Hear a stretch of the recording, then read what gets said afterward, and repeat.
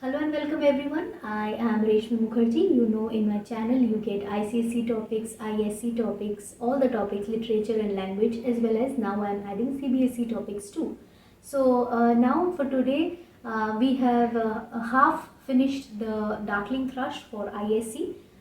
So Darkling Thrush is a bit not very confusing, but it's an interesting type of a poem, but it will need some time, so it is divided into two parts. The first part I have already uploaded. The part 2 of the video we will do today, so you will get everything over there. Follow it minutely, you will not require any other help.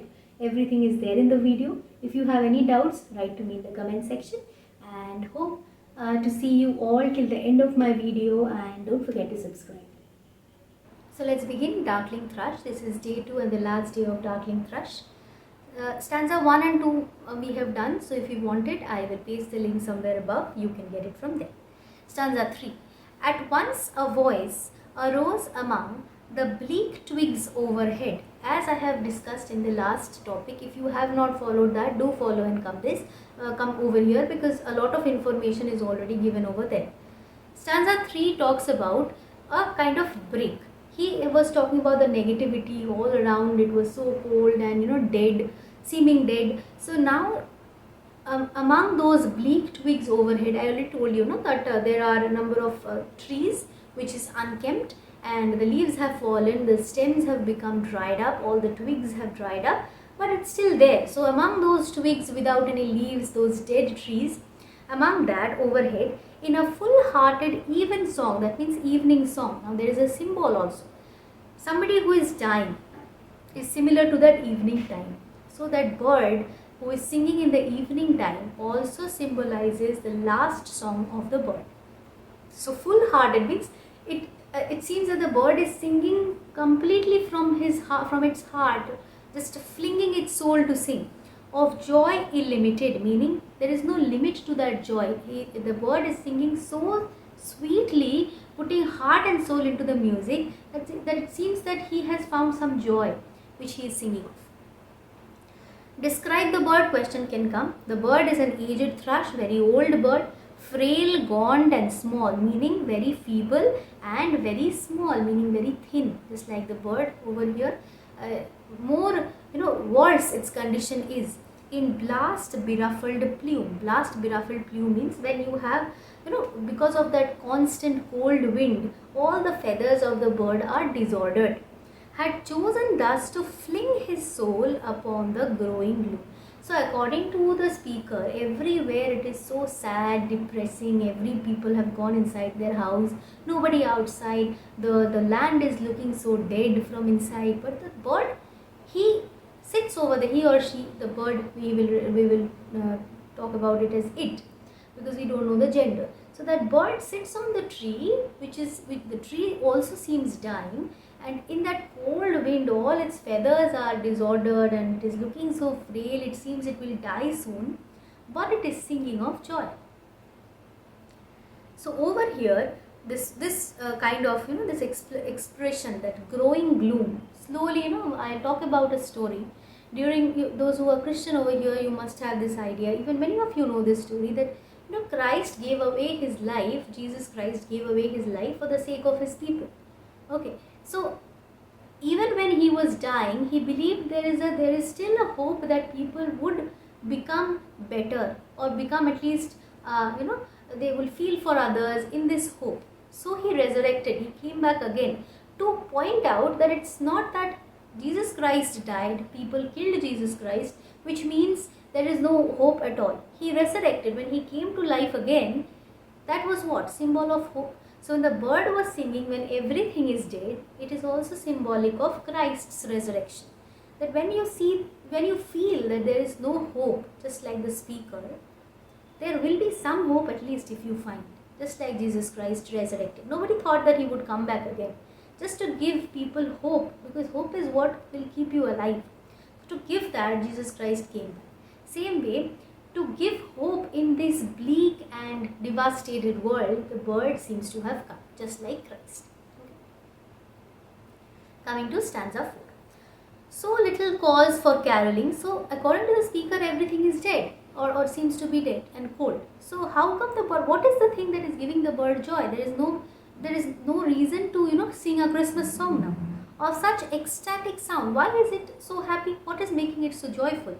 Was written on terrestrial things. So of course there is something on the terrestrial, on the what should I say? Terrestrial means earthly. There must be something on this earth which is giving hope to the bird. Okay, something the bird must have seen afar or nigh around. That means either far away or nigh. That means near. Either far or near on the earth only. This bird must have seen something that has given him hope. That I could think there trembled through his happy good night air. So of course this tune of the bird, this happy tune of the bird, even before dying the bird can sing so sweetly of hope, of joy. Then what is it that he knows and I do not know? Some blessed hope he must have heard of, something he must have this knowledge of, some happiness around, whereof he knew and I was unaware. Must be something which I don't know. That's why I am so depressed. That's why I have lost all hope. But this bird is aware of it. So hope is also personifying Christ. This bird itself is the personification of Christ. Next, figures of speech over here in the last this video. I have already told you about the figures of speech in stanza 1 and stanza 2. This is just stanza 3 and stanza 4. Metaphor is here, had chosen thus to fling his soul. Here the bird song is compared to the soul.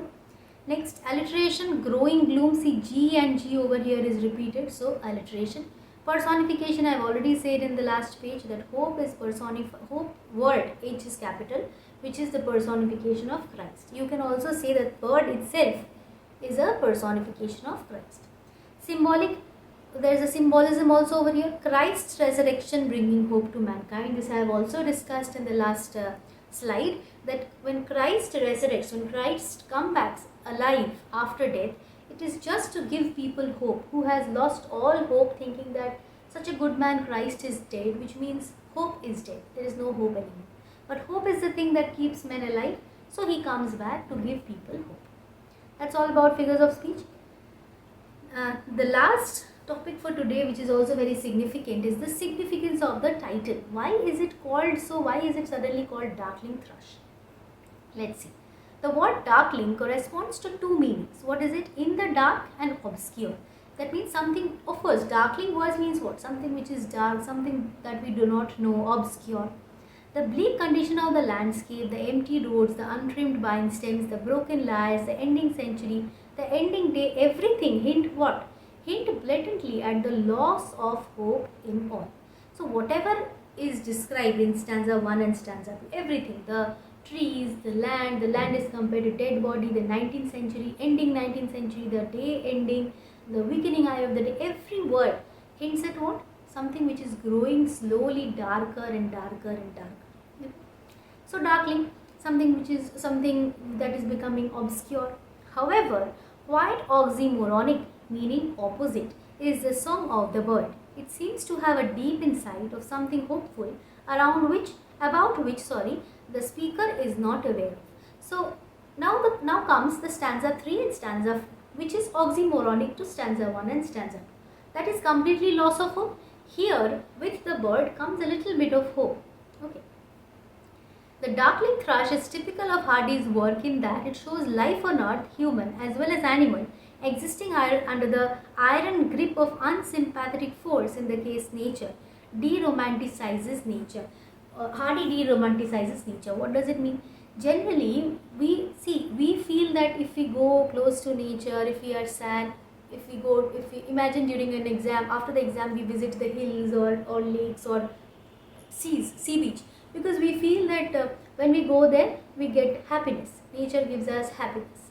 So we are obliviated of that unhappiness, right? But Thomas Hardy feels that it's nothing like that in nature. He de-romanticizes nature completely. He says that nature can be very cruel at times. Nature can, express what we feel from the inside. Just as the Victorian society, the negativity of the Victorian society he could feel. Same way, it was replicated in nature also. Nature also seemed like a dead body. Nature could give him no happiness even when he was so depressed during the Victorian society. In praising defiance and unconquerable spirit, it is also typical in its firm unwillingness to state a clear conclusion, balancing hope and pessimism. It could stand for Hardy's poem. This is the most important line.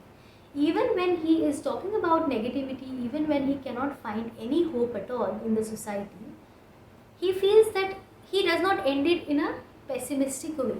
He brings in the other side also. He says that maybe there is something that is giving hope to the bird that I just don't know. If I know, I will of course be happy. So he brings the two sides together, complete loss of hope and the chance of hope. So there is not complete negativity. Negativity and positivity comes together. Okay, so that is oxymoronic, and here we come to an end. Because so now you of course know darkling, where everywhere is dark. You give an idea of the description in stanza 1 and stanza 2. Then you say in stanza 3 and 4 we bring in the speaker brings in the bird, who is symbolic of hope itself. So it is you can say it is an oxymoronic title where darkling and thrush, which are just the two opposite. One is losing hope and another one is gaining hope or giving hope. So this is the significance of the title. Here we come to an end to today's topic, which is Darkling Thrush Day 2. I hope I have explained it very nicely. I hope this will fetch you all your marks. There are a few questions. You can frame them from whatever I have explained. But then again, I will of course help you out if you let me know.